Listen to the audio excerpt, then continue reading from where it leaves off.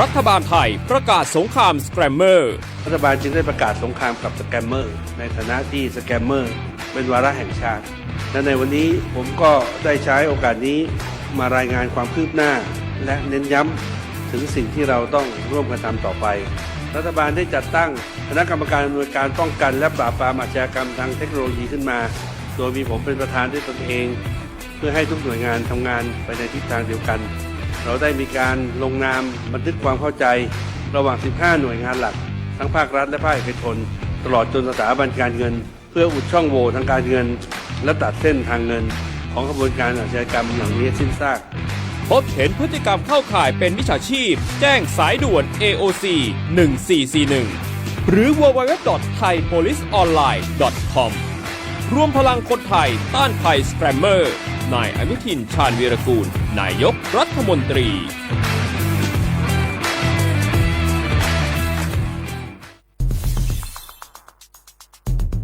แค่ 3 ปีความเสียหายจากอาชญากรรมไซเบอร์ของคนไทยพุ่งทะลุถึง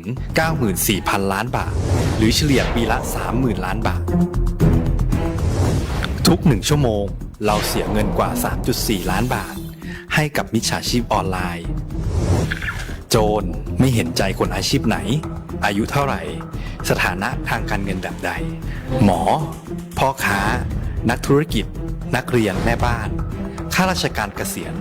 ทุกคนตกเป็นเหยื่อได้เสมอและวันหนึ่งอาจเป็นคุณหรือคนที่คุณรักเพราะจุดอ่อนร่วมของเหยื่อคือความเร่งรีบขาดสติหรือแม้แต่บางครั้งก็เกิดความโลภจนเกินไปอย่าปล่อยให้การกดคลิกเดียวลิงก์เดียวทำให้โจรยิ้มกว้างวันนี้ถึงเวลาแล้วที่คนไทยทุกคนจะต้องร่วมมือกันสร้างภูมิคุ้มกันอาชญากรรมไซเบอร์ช่วยกันหยุดก่อนที่ภัยไซเบอร์จะทำให้คนที่คุณรักและตัวคุณเองกลายเป็นเหยื่อ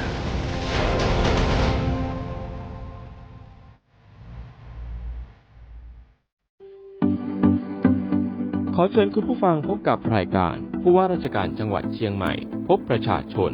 รายการดีๆที่จะทำให้ทุกคนก้าวทันการพัฒนาจังหวัดเชียงใหม่เป็นประจำทุกวันศุกร์ช่วงเวลา 8 นาฬิกาถึง 9 นาฬิกาที่คลื่น FM 93.25 เมกะเฮิรตซ์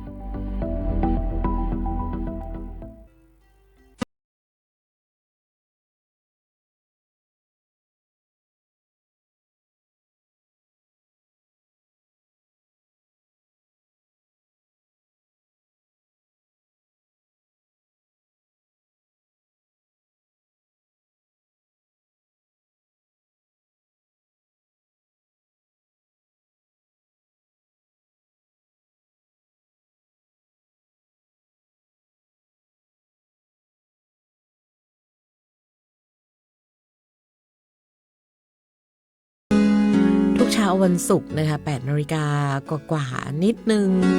จนถึง 9 นาฬิกานะคะสถานีวิทยุกระจายเสียงแห่งประเทศไทยจังหวัดเชียงใหม่ค่ะและสถานีวิทยุในเครือข่ายทุกคลื่นความถี่ที่รับสัญญาณรายการผู้ว่าราชการจังหวัดเชียงใหม่พบประชาชนออกอากาศให้คุณผู้ฟังได้รับฟังกันอย่างทั่วถึงดิฉันวีระอนงดวงทิพย์ค่ะทำหน้าที่ดำเนินรายการ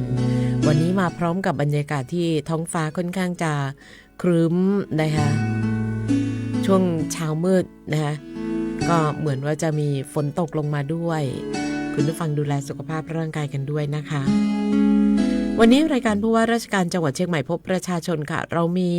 หลายๆเรื่องราวมี2เรื่องราวหลักๆที่จะมาพูดคุยกับคุณผู้ฟังนะคะไม่ว่าจะเป็นเรื่องของเปิดฤดูกาลท่องเที่ยวที่สวนส้มปรีชาฝางรูปแบบของการจัดงานจะเป็นอย่างไรเขาจะทำอะไรยังไงกันบ้างนะคะแล้วก็อีกเรื่องนึงก็จะเป็นเรื่องของ9 นโยบายป้องกันแก้ไขปัญหาไฟป่า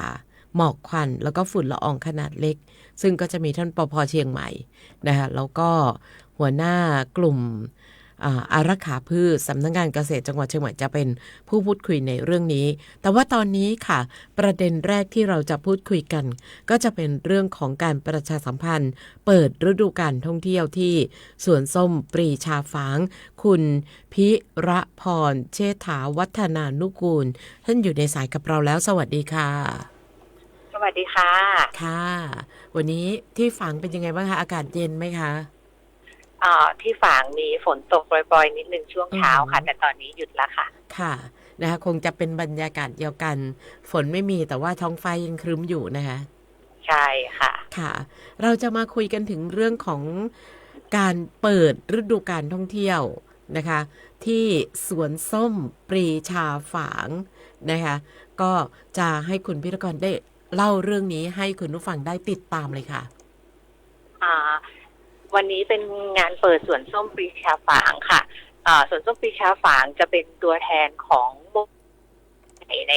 การปลูกส้มสายน้ำผึ้งที่ตอนนี้ส้มสายน้ำผึ้งของเราอะค่ะได้รับมาตรฐาน GI เป็นอัตลักษณ์ของส้มสายน้ำผึ้งที่ปลูกเฉพาะที่อำเภอฝางจังหวัดเชียงใหม่ค่ะถือเป็นการประชาสัมพันธ์พืชผลทางการเกษตรในพืชผลทางการเกษตรเศรษฐกิจของอำเภอฝางและจังหวัดเชียงใหม่ฝางแม่อายชัยประการพร้อมทั้งสวนเราก็เป็นสวนส้มปลอดภัยแล้วก็เป็นสวนต้นแบบในการทำเกษตรแบบยั่งยืนพร้อมทั้งสวนของเราได้รับรางวัล9ประเทศค่ะที่ออกแบบแพคเกจจิ้งในหมวดของรักโลกแล้วก็ยั่งยืนที่ทำให้ทั่วโลกรู้จักส้มสายน้ำผึ้งของเราค่ะค่ะตอนนี้เนี่ยคุณพิรพรพอจะเล่าให้ฟังนิดนึงได้ไหมคะว่ารสชาติของส้มในฤดูกาลในช่วงนี้เป็นยังไงบ้างรสชาติของส้มในฤดูตอนนี้นะคะผิวของส้มมันจะเป็นเอกลักษณ์เป็นผิวเหลืองทองแล้วก็รสชาติของส้มก็จะเป็นรสชาติเปรี้ยวอมหวานเป็นเอกลักษณ์ที่มีกลิ่นของสายน้ำผึ้งที่เรียกว่าสายน้ำผึ้งนะคะเป็นมีกลิ่นของน้ำผึ้งนิดนึงค่ะก็จะลงตัวในความเป็นส้มของอำเภอฝางของเราค่ะค่ะก็น่าสนใจนะคะรสชาติก็ดีตอนนี้ผิวส้มก็เริ่มที่จะสวยแล้วอยากจะเชิญชวนนักท่องเที่ยววันนี้ในงานเรามีอะไรบ้างคะในสวนส้มเรามีอะไรบ้างวันนี้ในสวนส้มของเรานะคะก็จะมีการแสดงผลิตภัณฑ์ของพี่น้องในพื้นถิ่นของเราแล้วก็พี่น้องชุมชนฝางแม่อายชัยประการจะเป็นของพัฒนาชุมชนแล้วก็เป็นของพื้นที่ใน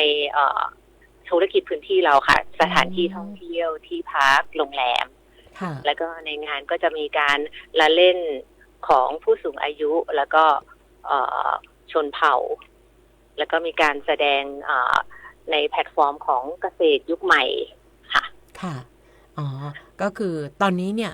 ตั้งแต่ตอนนี้เลยหรือเปล่าคะที่เราสามารถจะเปิดรับนักท่องเที่ยวเข้าไปชมที่สวนส้มเราได้เลยค่ะวันนี้จะ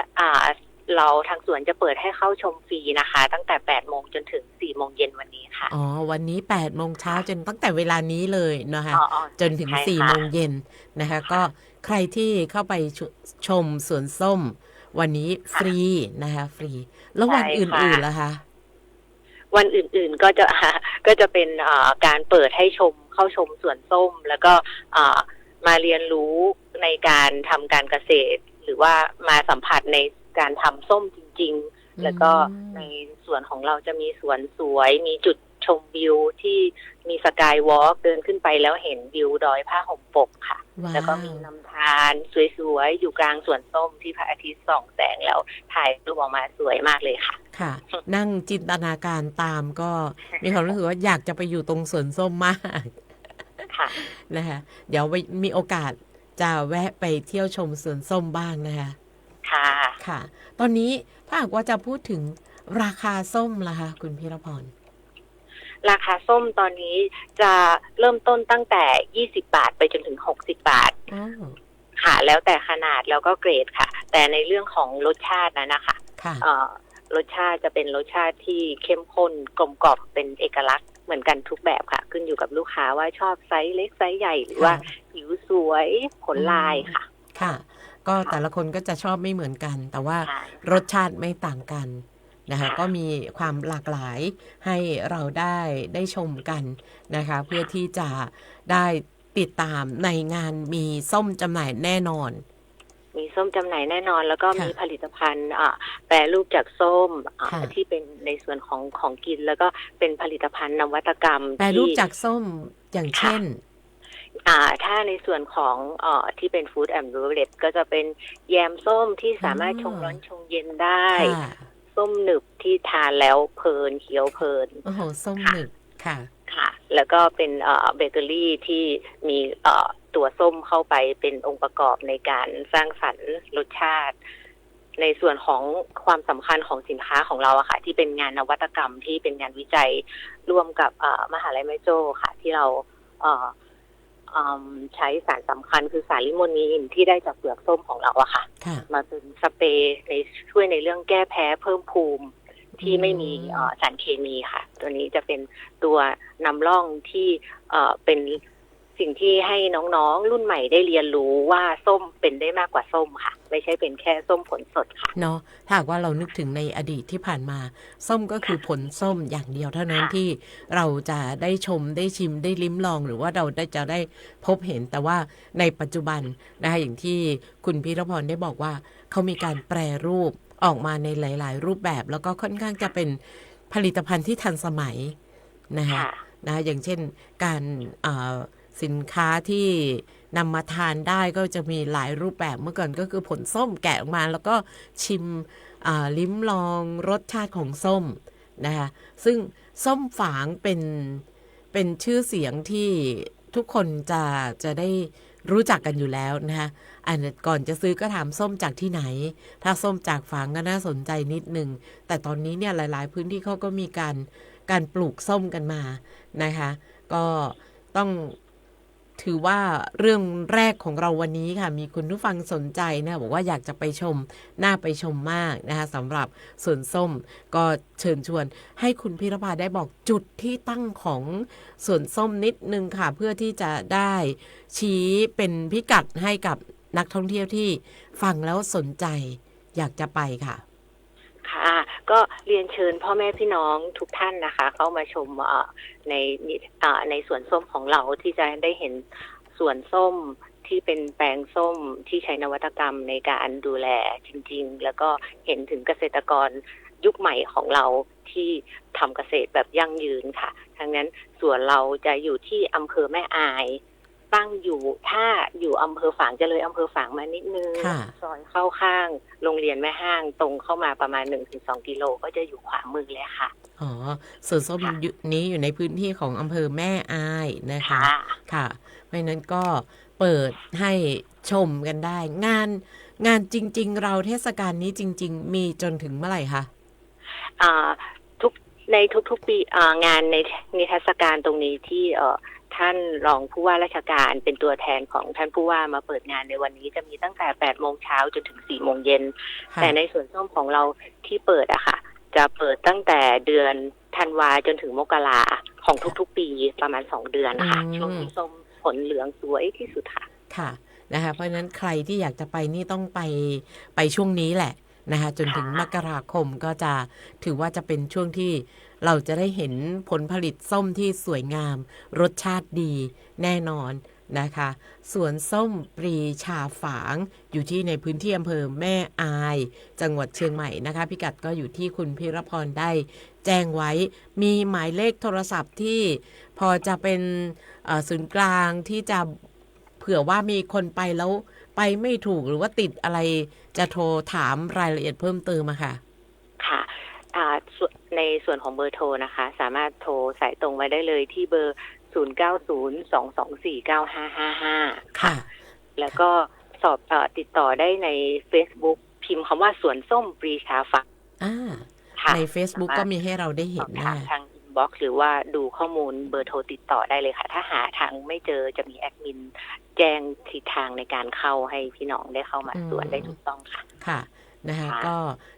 น่าจะเป็นจุดสถานที่หนึ่งที่หลายท่านหลายคนอาจจะมีการวางแผนเสาร์อาทิตย์นี้ก็ยังทันนะคะคุณผู้ฟังไปกันได้เลยวันพรุ่งนี้ก็ไปได้วันอาทิตย์อาจจะมีนักท่องเที่ยวเข้าไปชมกันมากสักนิดหนึ่งทางสวนส้มมีการวางแผนต้อนรับหรือว่าจะดูแลนักท่องเที่ยวยังไงบ้างคะตอนนี้เรามีทีมสตาฟเจ้าหน้าที่ของเราค่ะรอต้อนรับทุกท่านด้วยความจริงใจค่ะเหมือนกับคำภาษาเหนือเราที่บอกว่ายินดียิ่งแล้วแขกแก้วมาเยือนค่ะเพราะว่าในส่วนของพนักงานของเราที่จะต้อนรับค่ะสามารถติดต่อมาได้ตั้งแต่แอดมิน Facebook ของเราในช่องทางโซเชียลมีเดียแล้วก็พอมาถึงพื้นที่จะมี รปภ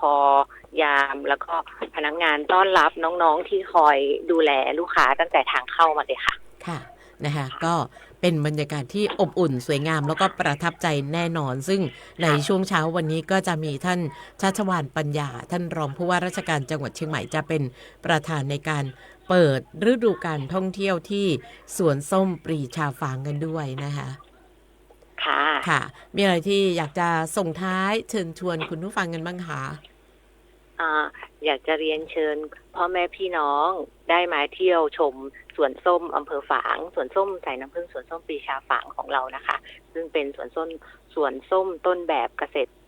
อย่างยั่งยืนเพื่อสนับสนุนให้เกษตรกรของเรามีกำลังใจที่จะผลิตผลผลิตดีๆให้คนไทยได้กินต่อไปค่ะค่ะวันนี้ขอบพระคุณคุณพิรพรมากๆนะคะค่ะสวัสดีค่ะสวัสดีค่ะค่ะนั่นก็จะเป็นการประชาสัมพันธ์นะคะเทศกาลท่องเที่ยวนะคะฤดูท่องเที่ยวสวนส้มปรีชาฝางอยู่ในพื้นที่อำเภอแม่อายจังหวัดเชียงใหม่นะคะพอถึงฤดูหนาวแน่นอนหลายคนก็จะนึกถึงเรื่องของส้มนะคะผลไม้ยอดฮิตในช่วงของฤดูหนาวแล้วก็จะเป็นฤดูที่รสชาติของส้มจะอร่อยนะน่าจะไม่มีใครปฏิเสธค่ะว่ารสชาติของส้มจะอร่อยอย่างไรบ้างนะคะในช่วงที่เราจะเข้าช่วงต่อไปประเด็นต่อไปค่ะขออนุญาตประชาสัมพันธ์กันสักนิดนึงนะคะงานดีๆงานที่วันนี้ในเชียงใหม่ของเราโดยท่านผู้ว่าราชการจังหวัดเชียงใหม่ท่านไปเป็นประธานในการประกอบพิธีบำเพ็ญกุศลเพื่ออุทิศถวายเป็นพระราชกุศลแด่สมเด็จพระนางเจ้าสิริกิติ์พระบรมราชินีนาถพระบรมราชชนนีพันปีหลวงในวาระครบ50 วัน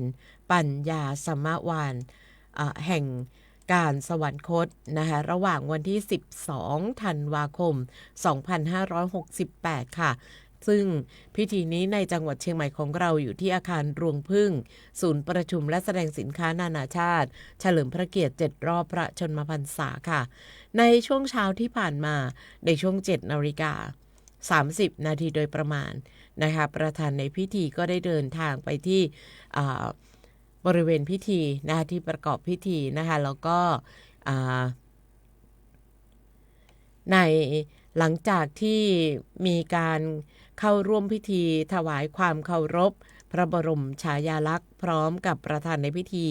ยืนประจำที่โต๊ะตักบาตรนะคะพระสงฆ์สามเณรจำนวน93รูปค่ะเดินรับบิณฑบาตก็เสร็จพิธีนะคะต่อด้วยพิธีบำเพ็ญกุศลในวาระครบ50 วันปัญญาสมวานเพื่ออุทิศถวายเป็นพระราชกุศลต่อเนื่องจากพิธีทำบุญตักบาตรค่ะซึ่งในช่วงนี้นะคะก็พระสงฆ์ในพิธีจำนวน10รูปค่ะประจำอาสนะสงฆ์พระสงฆ์และสามเณรประจำที่นั่งประธานในพิธีก็จะได้เดินทางมาถึงบริเวณสถานที่ประกอบพิธีเข้านั่งประจำที่ค่ะและก็จะได้เข้าร่วมนะคะประธานในพิธีและผู้เข้าร่วมพิธีค่ะก็จะได้ยืนขึ้นถวายความเคารพพระฉายาลักษณ์สมเด็จพระนางเจ้าสิริกิติ์พระบรมราชินีนาถพระบรมราชชนนีพันปีหลวงพร้อมกันค่ะและก็จะได้จุดธูปเทียนนมัสการครูบูชาพระรัตนตรัยพร้อมกับประกอบพิธีประจำเบื้องหน้าพระฉายาลักษณ์สมเด็จพระนางเจ้าสิริกิติ์พระบรมราชินีนาถพระบรมราชชนนีพันปีหลวงค่ะพร้อมกับถวายความเคารพนะคะซึ่งพิธีนี้ก็จะต่อเนื่องจากพิธีทำบุญตักบาตรนะคะในวันนี้นะคะซึ่งในช่วงเช้าก็จะมีทั้งพิธีทำบุญตักบาตรแล้วก็จะมีพิธีในการประกอบพิธีบำเพ็ญกุศลเพื่ออุทิศถวายเป็นพระราชกุศลแด่สมเด็จพระนางเจ้าสิริกิติ์พระบรมราชินีนาถพระบรมราชชนนีพันปีหลวงในวาระครบ50 วันค่ะปัญญาสมวานแห่งการสวรรคตนะคะซึ่งในวันนี้ค่ะสถานีวิทยุกระจายเสียงแห่งประเทศไทยก็จะมีการ รับสัญญาณการถ่ายทอดเสียงในช่วงค่ำนะคะ 16:40 นาทีโดยประมาณนะคะก็จะมีการรับสัญญาณการถ่ายทอดเสียงพระราชพิธีทรงบำเพ็ญพระราชกุศลปัญญาสมวาน50 วันค่ะในการพระราชพิธีบำเพ็ญพระราชกุศลพระบรมศพสมเด็จพระนางเจ้าสิริกิติ์พระบรมราชินีนาถพระบรมราชชนนีพันปีหลวงวันนี้เวลา 16:40 นาทีนะคะจนเสร็จพิธีและในวันพรุ่งนี้ค่ะก็จะมีการถ่ายทอดเสียงกันอีกครั้งในเวลา 9:40 นาทีเป็นต้นไปจนเสร็จพิธีนะก็เชิญชวนให้คุณผู้ฟังได้ติดตามรับฟังนะคะการถ่ายทอดเสียงในครั้งนี้กันได้ค่ะซึ่งเราก็จะได้นำมาประชาสัมพันธ์เผยแพร่ให้กับคุณผู้ฟังได้รับทราบกันในช่วงต่อไปด้วยนะคะสำหรับเรื่องราวข่าวสารต่างๆนะคะในวันนี้ซึ่งเราก็จะได้รับทราบนะคะว่าเมื่อวานนี้ค่ะองคมนตรีได้เป็นประธานเปิดงานร้อยเรียงเรื่องราว43 ปีศูนย์ศึกษาการพัฒนาห้วยห้องไคร้อันเนื่องมาจากพระราชดำริเพื่อเผยแพร่พระมหากรุณาธิคุณของพระบาทสมเด็จพระบรมชนกาธิเบศรมหาภูมิพลอดุลยเดชมหาราชบรมนาถบพิตรและสมเด็จพระนางเจ้าสิริกิติ์พระบรมราชินีนาถพระบรมราชชนนีพันปีหลวงที่ศูนย์ศึกษาการพัฒนาห้วยห้องไคร้อันเนื่องมาจากพระราชดำริอำเภอดอยสะเก็ดจังหวัดเชียงใหม่ค่ะนายพลากรสุวรรณรัตน์องคมนตรีเป็นประธานเปิดงานร้อยเรียงเรื่องราว43 ปีศูนย์ศึกษาการพัฒนาห้วยห้องไคร้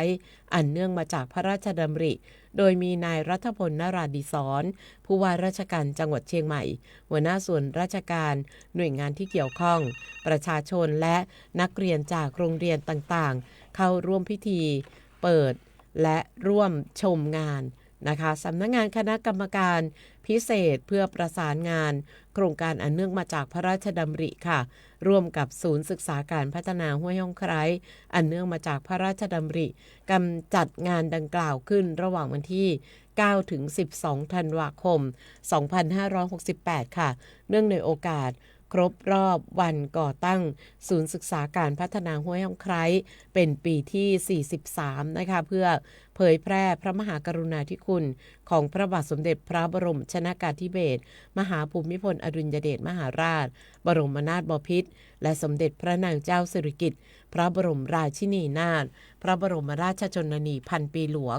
รวมทั้งเป็นการสำนึกในพระมหากรุณาธิคุณของพระบาทสมเด็จพระเจ้าอยู่หัว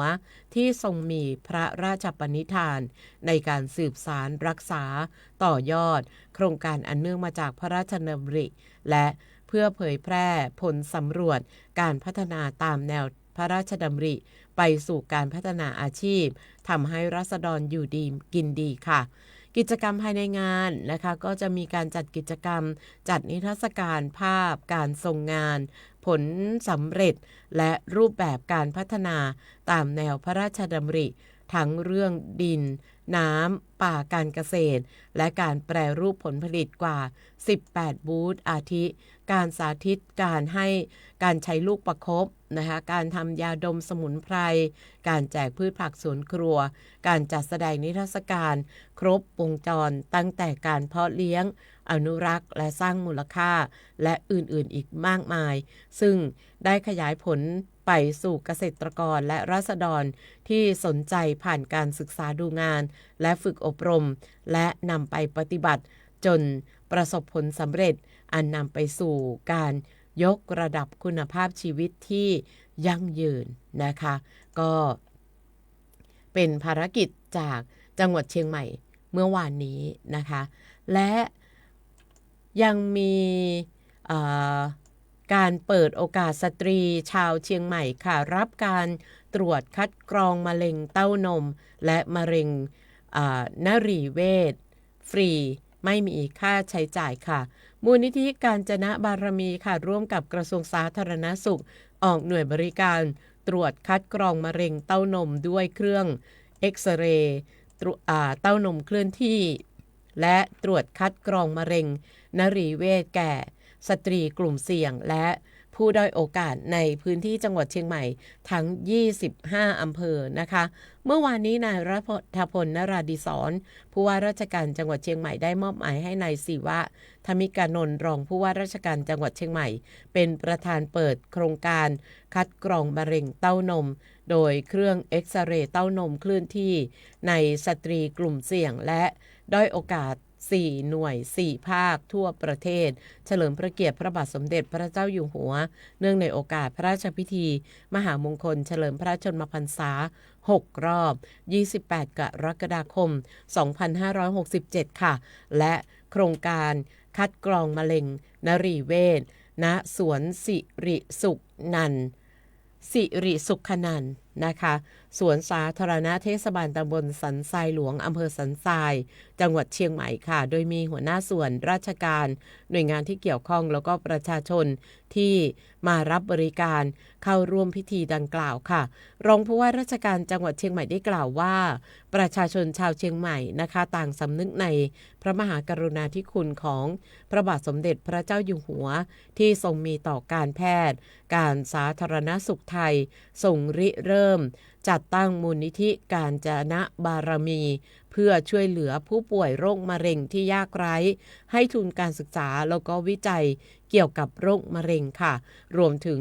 สนับสนุนการดำเนินงานกิจกรรมต่างๆที่เกี่ยวกับโรคมะเร็งในทุกภูมิภาคสำหรับโครงการดังกล่าวนั้นจัดขึ้นเพื่อเฉลิมพระเกียรติและถวายพระราชกุศลแด่พระบาทสมเด็จพระเจ้าอยู่หัวเนื่องในโอกาสพระราชพิธีมหามงคลเฉลิมพระชนมพรรษา6 รอบ 28 กรกฎาคมและเพื่อเพิ่มโอกาสให้สตรีในชนบทเข้าถึงการตรวจมะเร็งเต้านมระยะเริ่มแรกโดยไม่เสียค่าใช้จ่ายค่ะสำหรับจังหวัดเชียงใหม่นะคะก็จะออกหน่วยตรวจคัดกรองในประชาชนกลุ่มเป้าหมายรวม 3,050 คนครอบคลุมทั้ง 25 อำเภอโดยมีศูนย์กลางให้บริการ 5 โซนได้แก่วันที่ 11 ถึง 12 กรกฎาคมที่สวนสิริสุขนันท์อำเภอสันทรายค่ะประกอบด้วยอำเภอสันทรายเสมิงกัลยาณิวัฒนาอำเภอเมืองแม่ริมแล้วก็ดอยสะเก็ดค่ะ 15 ถึง 19 ธันวาคมเทศบาลตำบลชัยปราการอำเภอชัยปราการประกอบด้วยอำเภอชัยปราการฝางแม่อายวันที่ 22 ถึง 26 ธันวาคมโรงเรียนพร้าววิทยาคมอำเภอพร้าวประกอบด้วยอำเภอพร้าวเชียงดาวเวียงแหงแม่แตงวันที่ 7 ถึง 9 มกราคมมหาวิทยาลัยนอร์ทเชียงใหม่ค่ะประกอบด้วยอำเภอหางดงสันกำแพงแม่ออนสารพีสันป่าตองแม่วางดอยหล่อและวันที่ 12 ถึง 16 มกราคมที่หอประชุมเทศบาลตำบลท่าข้ามอำเภอฮอดค่ะประกอบด้วยอำเภอฮอดจอมทองดอยเต่าแม่แจ่มแล้วก็อมก๋อยนะคะนี่คือเรื่องราวดีๆจากเพจของ PR เชียงใหม่ค่ะสำนักงานประชาสัมพันธ์จังหวัดเชียงใหม่นะคะก็จะประชาสัมพันธ์ถึงคุณผู้ฟังค่ะรัฐบาลไทยประกาศสงครามสแกรมเมอร์รัฐบาลจึงได้ประกาศสงครามกับสแกมเมอร์ในฐานะที่สแกมเมอร์เป็นวาระแห่งชาติและในวันนี้ผมก็ได้ใช้โอกาสนี้มารายงานความคืบหน้าและเน้นย้ำถึงสิ่งที่เราต้องร่วมกันทำต่อไปรัฐบาลได้จัดตั้งคณะกรรมการอำนวยการป้องกันและปราบปรามอาชญากรรมทางเทคโนโลยีขึ้นมาโดยมีผมเป็นประธานด้วยตนเองเพื่อให้ทุกหน่วยงานทำงานไปในทิศทางเดียวกันเราได้มีการลงนามบันทึกความเข้าใจระหว่าง 15 หน่วยงานหลักทั้งภาครัฐและภาคเอกชนตลอดจนสถาบันการเงินเพื่ออุดช่องโหว่ทางการเงินและตัดเส้นทางเงินของกระบวนการอาชญากรรมเหล่านี้สิ้นซากพบเห็นพฤติกรรมเข้าข่ายเป็นมิจฉาชีพแจ้งสายด่วน AOC 1441หรือ www.thaipoliceonline.com รวมพลังคนไทยต้านภัยสแกรมเมอร์นายอนุทินชาญวีรกูลนายกรัฐมนตรี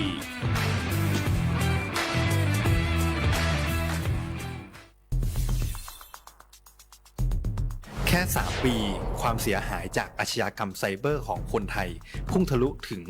94,000 ล้านบาท หรือเฉลี่ยปีละ 30,000 ล้านบาท ทุก1ชั่วโมงเราเสียเงินกว่า 3.4 ล้านบาทให้กับมิจฉาชีพออนไลน์โจรไม่เห็นใจคนอาชีพไหน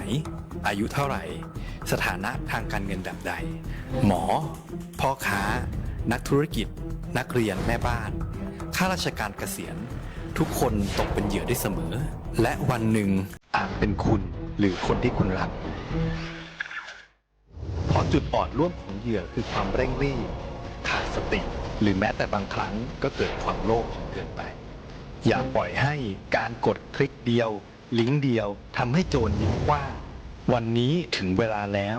ที่คนไทยทุกคนจะต้องร่วมมือกันสร้างภูมิคุ้มกันอาชญากรรมไซเบอร์ช่วยกันหยุดก่อนที่ภัยไซเบอร์จะทำให้คนที่คุณรักและตัวคุณเองกลายเป็นเหยื่อ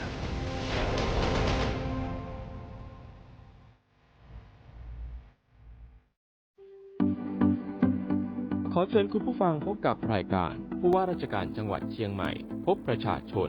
รายการดีๆที่จะทำให้ทุกคนก้าวทันการพัฒนาจังหวัดเชียงใหม่เป็นประจำทุกวันศุกร์ช่วงเวลา 8 นาฬิกาถึง 9 นาฬิกาที่คลื่น FM 93.25 เมกะเฮิรตซ์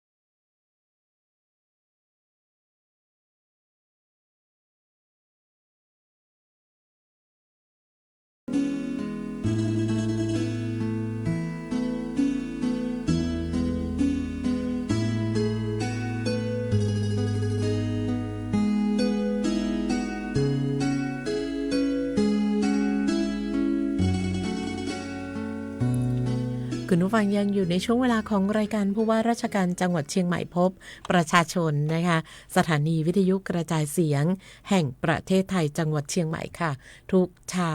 วันศุกร์นะคะ8:10 นาทีโดยประมาณจนถึง 9 นาฬิกานะคะเราก็จะได้นำเสนอเรื่องราวต่างๆประเด็นที่น่าสนใจนะคะกับในพื้นที่จังหวัดเชียงใหม่ให้คุณผู้ฟังได้รับทราบกันค่ะและมาถึงแล้วนะสำหรับช่วงเวลาที่เราได้พูดคุยกันไปล่วงหน้าว่าวันนี้ประเด็นสำคัญอีกหนึ่งเรื่องที่เราจะได้คุยกันก็จะเป็นการประชาสัมพันธ์9 นโยบายป้องกันและแก้ไขปัญหาไฟป่าหมอกควันและฝุ่นละอองขนาดเล็กซึ่งตอนนี้นะท่านดุสิตพงษาพิพัฒน์นะคะหัวหน้าสำนักงานป้องกันและบรรเทาสาธารณภัยจังหวัดเชียงใหม่ท่านนั่งอยู่ในห้องส่งกับเราแล้วนะคะก็ขออนุญาตต้อนรับท่านหัวหน้าปภ.เชียงใหม่ค่ะสวัสดีค่ะสวัสดีครับดุสิตพงษาพิพัฒน์หัวหน้าสำนักงานปภ.เชียงใหม่ครับค่ะนะคะวันนี้ท่านมาถึงก็จะได้คุยกันถึงเรื่องของประเด็นหลักๆเลยที่พี่น้องประชาชนหลายคนก็เกาะติดสถานการณ์กันอยู่ว่าปีนี้จะเป็นอย่างไรกันบ้างนะคะกับนโยบายป้องกันและแก้ไขปัญหาไฟป่าหมอกควันและฝุ่นละอองขนาดเล็กค่ะครับก็ขอเรียนพี่น้องที่รับฟังทางวิทยุนะครับว่าเราได้เตรียมการมาแล้วนะครับในช่วงของเมื่อ 3-4 เดือนก่อนนะครับในเรื่องของการถอดบทเรียนต่างๆแล้วก็การแก้ไขปัญหาแบบพุ่งเป้านะครับซึ่งปีนี้เนี่ยประเด็นที่ท่านผู้ว่าการจังหวัดเน้นย้ำนะครับก็มี9ประเด็นนะครับในเรื่องของแนวทางปฏิบัติครับก็ปฏิเสธไม่ได้ครับว่าจังหวัดเชียงใหม่เนี่ยเป็นจังหวัดหนึ่งนะครับที่มีพื้นที่ใหญ่สุดในประเทศไทยนะครับเรามีพื้นที่ 22,000 ตารางกิโลเมตรนะครับแล้วก็มีจำนวนพื้นที่14ล้านไร่นะครับใน11ล้านไร่เนี่ยเป็นพื้นที่ป่าครับก็เป้าหมายเราก็คือลดนะครับความเสี่ยงที่เกิดจากในพื้นที่ป่าครับก็ได้มีการมอบหมายกระทรวง หน่วยงานต่างๆของกระทรวงทรัพยากรธรรมชาติและสิ่งแวดล้อมเนี่ยเข้าไปเฝ้าระวังนะครับปีนี้เนี่ยเราเน้นการมีส่วนร่วมของภาคประชาชนเน้นการลาดตระเวนนะครับเน้นการตั้งจุดตรวจเน้นในเรื่องของความร่วมมือแล้วก็แผนชุมชนกับแผนท้องถิ่นครับ ค่ะ อีกพื้นที่หนึ่งนะครับในที่เราเข้าไปนะครับก็คือเป็นพื้นที่เกษตรกรรมนะครับเนื่องจากว่าจังหวัดเชียงใหม่เนี่ยเรามีทั้งเรื่องข้าวมีทั้งเรื่องข้าวโพดนะครับซึ่งช่วงนี้เนี่ยเป็นช่วงฤดูการเก็บเกี่ยวนะครับก็จะมีวัสดุเหลือใช้ทางการเกษตรนะครับเป็นสิ่งที่เราจะเข้าไปช่วยนะครับในการที่จะนำไปกำจัดนะครับหรือนำไปทำก้อนฟางหรือนำไปทำปุ๋ยนะครับแทนการที่เผาครับซึ่งตรงนี้เนี่ยก็ต่อยอดครับในปีที่ผ่านมาเนี่ยเรามีพื้นที่ที่เราคาดว่าอยู่ 300,000 ไร่ครับก็จะเป็นพื้นที่ที่เราพุ่งเป้าไปนะครับส่วนพื้นที่ที่3เนี่ยจะเป็นพื้นที่ชุมชนครับพื้นที่ที่พี่น้องประชาชนอาศัยอยู่นะครับก็จะเป็นการเข้าไปขอความร่วมมือนะครับพวกกิ่งไม้ใบหญ้าต่างๆหรือที่ท่านเป็นเศษวัสดุเหลือใช้เนี่ยในชุมชนหรือครัวเรือนเนี่ยก็จะมีการเข้าไปจัดเก็บโดยองค์กรปกครองส่วนท้องถิ่นในพื้นที่ที่ท่านอาศัยอยู่นะครับอันนี้ก็เป็นเรื่องหนึ่งนะครับแล้วก็รวมถึงการเฝ้าระวังนะครับของพี่น้องภาคกำนันผู้ใหญ่บ้านหรือผู้นำท้องถิ่นครับอันนี้ก็เป็นกลไกหลักเลยครับที่จะเสริมความเข้มแข็งนะครับรวมถึงการเคาะประตูบ้านครับในส่วนที่4เนี่ยจะเป็นเรื่องของ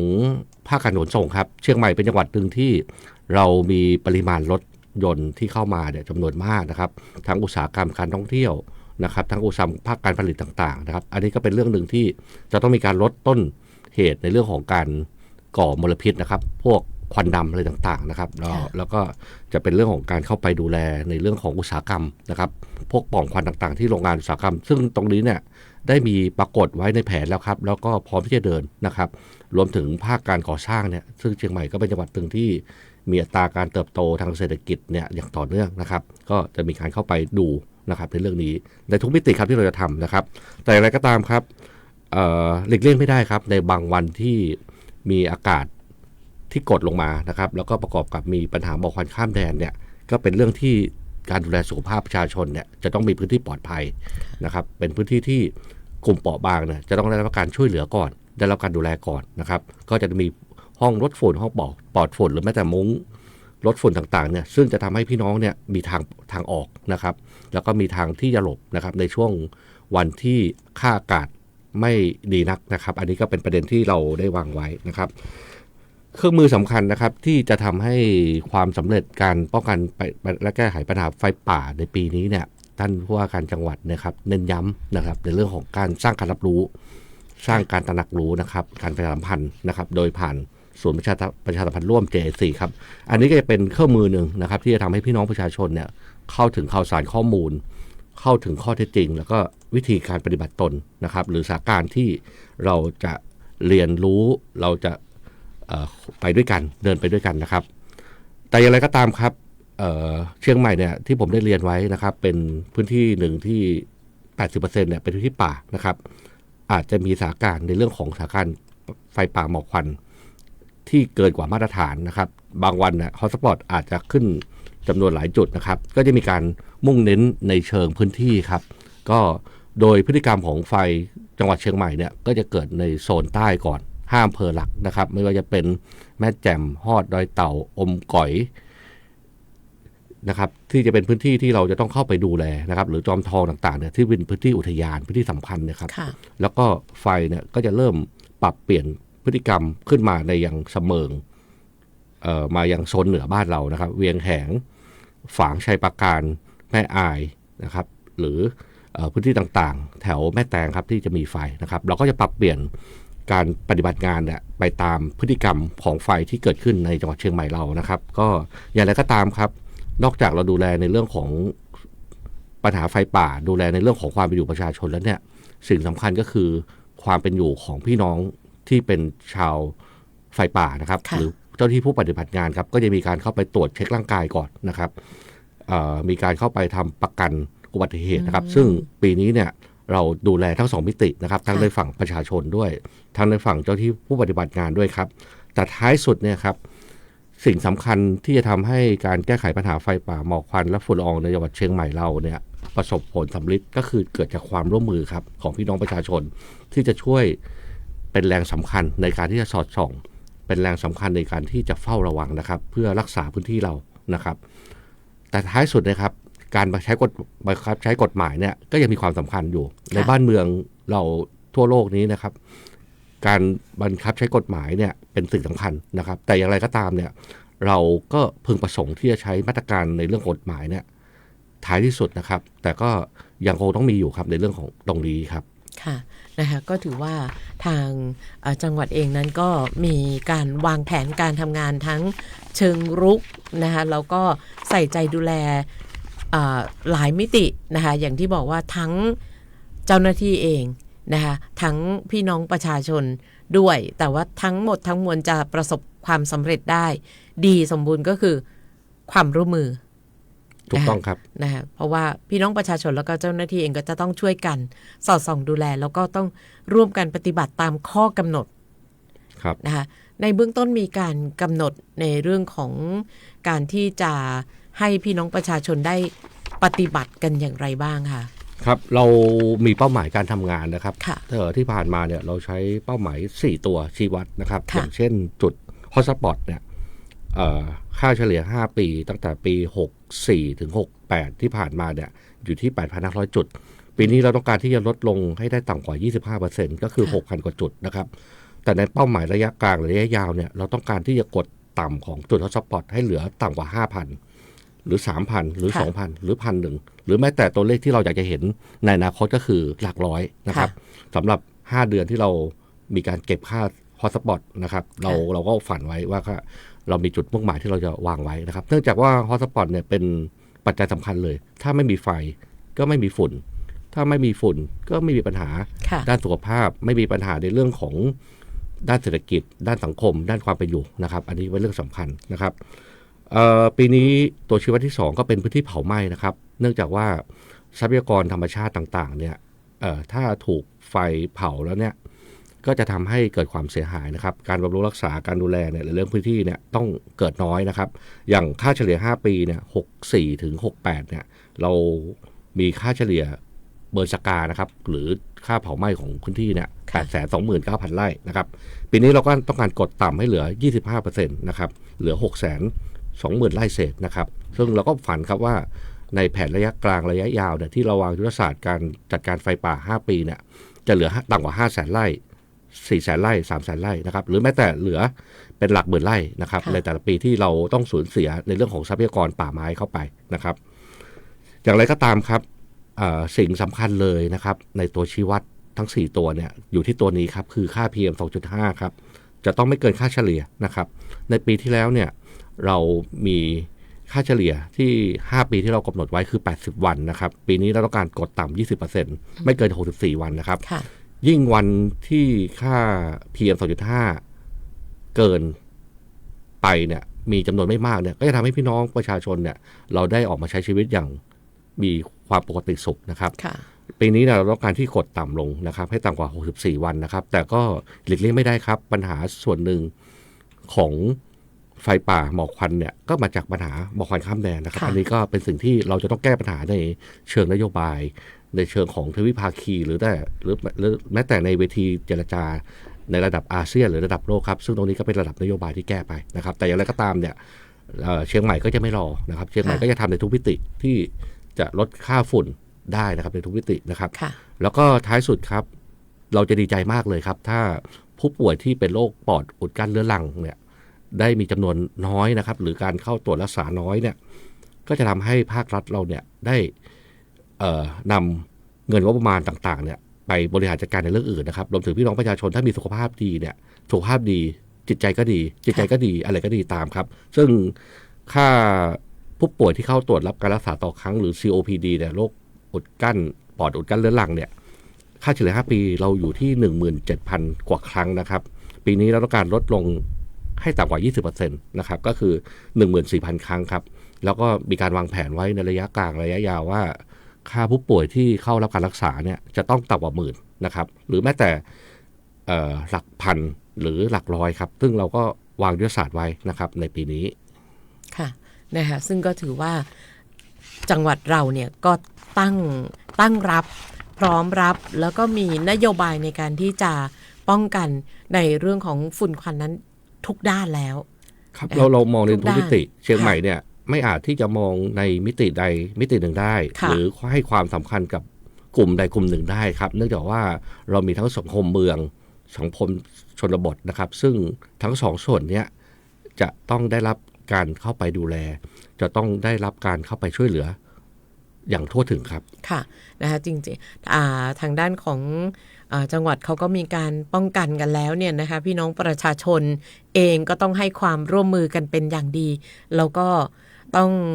ให้ความร่วมมือกันอย่างเคร่งครัดด้วยนะคะเพราะว่าเพื่อที่จะป้องกันไม่ให้เกิดโรคภัยต่างๆสุขภาพร่างกายมันก็เกิดขึ้นได้กับทุกคนที่ได้รับผลกระทบนะคะมันไม่ได้เกิดเฉพาะคนที่ไปจุดคนที่ไปเผาเท่านั้นนะคะนี่ก็จะเป็นหนึ่งความห่วงใยที่ทางจังหวัดมีให้กับคุณผู้ฟังแล้วก็ตั้งมือรับกับทุกด้านทุกเรื่องค่ะในช่วงนี้ท่านปภมีอะไรที่จะฝากส่งท้ายกับคุณผู้ฟังอ่ะ ช่วงนี้ท่านผู้ว่าการจังหวัดเชียงใหม่ท่านเน้นย้ำนะครับในเรื่องของอากาศที่หนาวเย็นนะครับ ค่ะ แล้วก็อากาศจะแห้งนะครับ ก็ขอให้ท่านเนี่ยได้รักษาร่างกายให้เกิดความอบอุ่นนะครับ รวมถึงการระมัดระวังในเรื่องของฟืนไฟต่างๆนะครับเนื่องจากว่าช่วงนี้เนี่ยมักจะเกิดอัคคีภัยนะครับ ก็จะเป็นสิ่งที่สร้างความสูญเสียในชีวิตและทรัพย์สินครับ ค่ะ แล้วก็ในช่วงของเดือนธันวานะครับก็เป็นช่วงที่เชียงใหม่เราเนี่ยจะมีนักท่องเที่ยวเข้ามาจำนวนมากครับก็เราก็จะเป็นเจ้าภาพที่ดีนะครับในการที่จะต้อนรับนักท่องเที่ยวด้วยรอยยิ้มนะครับ แล้วก็ด้วยวัฒนธรรมดีงามนะครับของชาวล้านนาเราครับ ค่ะวันนี้ต้องขอบพระคุณท่านปภมากๆนะคะที่ได้สละเวลามานั่งพูดคุยกับคุณผู้ฟัง แล้วก็เชื่อว่าในประเด็นของ PM 2.5 ฝุ่นละอองขนาดเล็กหรือว่าเรื่องของการเผาต่างๆเนี่ยนะคะเราคงได้คุยกันอีกระยะหนึ่งเลยทีเดียวนะคะโดยเฉพาะในช่วงเวลานี้ขอบพระคุณเป็นอย่างยิ่งมีอะไรที่จะฝากส่งท้ายอีกไหมคะ ก็ช่วงนี้นะครับก็การทำงานของจังหวัดเราเนี่ยไม่เคยหยุดนะครับเรามีวงรอบการทำงานที่มีความเป็นมืออาชีพ มีความเป็นมาตรฐานสากลนะครับช่วงอุทกภัยที่ผ่านมานะครับ เราก็ได้มีการจิบเรื่องของปัญหาไฟป่าอะไรที่มาพูดคุยกันนะครับ ก็ขอให้ท่านมั่นใจครับ แล้วก็ขอให้ท่านเนี่ยมีให้การมีส่วนร่วมนะครับ ก็จะเป็นพลังสำคัญครับภาคประชาชนเนี่ยจะเป็นปัจจัยแห่งความสำเร็จในทุกๆเรื่องครับ ถ้าพี่น้องประชาชนให้ความร่วมมือแล้วเนี่ยเราก็จะเดินไปด้วยกันครับ ค่ะอย่างที่ท่านปภได้บอกนะคะว่าไม่มีอะไรที่จะสำเร็จไปได้ด้วยดีถ้าขาดความร่วมมือเพราะฉะนั้นงานนี้เราต้องร่วมมือกันค่ะทั้งชาวจังหวัดเชียงใหม่ทั้งจังหวัดเราต้องร่วมมือกันงดการเผาหยุดการเผาเพื่อที่จะสร้างมลภาวะอากาศที่ดี แล้วก็ไม่สร้างมลพิษนะคะให้กับรอบตัวเรา นี่ก็คือสิ่งหนึ่งที่เราได้นำมายืนยันผ่านในช่วงเวลาของรายการผู้ว่าราชการจังหวัดเชียงใหม่พบประชาชนว่าตอนนี้เรามีทั้ง 9 นโยบายหลักๆนะคะในการที่จะป้องกันแล้วก็แก้ไขปัญหาไฟป่าหมอกควันและฝุ่นละอองขนาดเล็กซึ่งทุกคนจะต้องให้ความร่วมมือกันแล้วจังหวัดเอง ในส่วนฝ่ายที่เกี่ยวข้องก็ไม่มีใครที่จะละเลยในเรื่องนี้โดยเด็ดขาดวันนี้ขอบพระคุณท่านปภเชียงใหม่เป็นอย่างมากค่ะพบกันในโอกาสต่อไปนะคะ สวัสดีค่ะ สวัสดีครับขอบคุณครับ ค่ะแล้วนั่นก็จะเป็นเสียงจากท่านป้องกันและบรรเทาสาธารณภัยจังหวัดเชียงใหม่นะคะท่านก็ได้มาให้การยืนยันนะคะในเรื่องของความพร้อมในการที่จะดูแลพี่น้องประชาชนนะคะและการทำงานที่จะต้องมีการป้องกันและแก้ไขปัญหาไฟป่าหมอกควันและฝุ่นละอองขนาดเล็กค่ะมั่นใจได้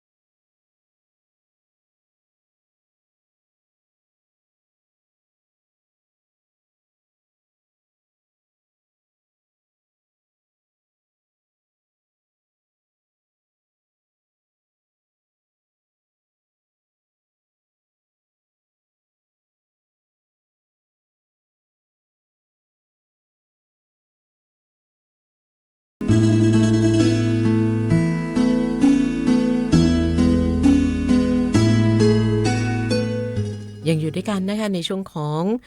รายการผู้ว่าราชการจังหวัดเชียงใหม่พบประชาชนค่ะและตอนนี้ค่ะเราได้อยู่กับคุณลาวันอุ่นจันทร์หัวหน้ากลุ่มอารักขาพืชสำนักงานเกษตรจังหวัดเชียงใหม่ค่ะท่านก็จะได้มาพูดในแง่ของทางด้านของสำนักงานเกษตรนะคะได้มีการวางแผนในการป้องกันแล้วก็แก้ไขปัญหาไฟป่าหมอกควันและฝุ่นละอองขนาดเล็กกับพี่น้องเกษตรกรอย่างไรบ้างตอนนี้ท่านอยู่ในสายกับเราแล้วสวัสดีค่ะค่ะสวัสดีค่ะค่ะในส่วนของทางสำนักงานเกษตรนี่ต้องขออภัยนะเหลือเวลาประมาณ5นาทีโดยประมาณค่ะหัวหน้าเราจะคุยกันถึงการสรุปความนิดนึงว่า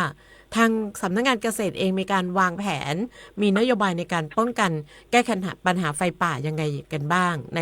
ปีนี้ค่ะค่ะในปี 2569 ค่ะก็ต้องพูดเข้ามาจากที่ปี 68 เนาะเพราะว่าจากที่มีการสำนักงานเกษตรจังหวัดเชียงใหม่ร่วมกับสำนักงานเกษตรอำเภอทั้ง25อำเภอของจังหวัดเชียงใหม่แล้วก็ในส่วนของทุกฝ่ายทุกหน่วยงานที่มีการบริการร่วมกันเนี่ยค่ะจากปี 68 มาเปรียบเทียบกับปี 67 ก็จุดฮอตสปอตก็ลดลงอะค่ะก็และในปี 2569 ทางกระทรวงเกษตรและสหกรณ์ก็มีมาตรการในการ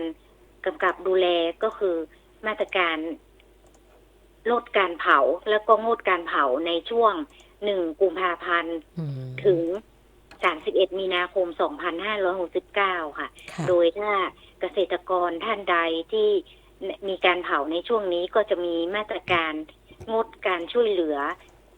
ทางภาครัฐต่อเนื่อง2ปีค่ะค่ะก็อันนี้ก็สามารถไปศึกษาหรือว่าค้นคว้าดูทางเพจเว็บไซต์ของสำนักงานเกษตรจังหวัดเชียงใหม่ของ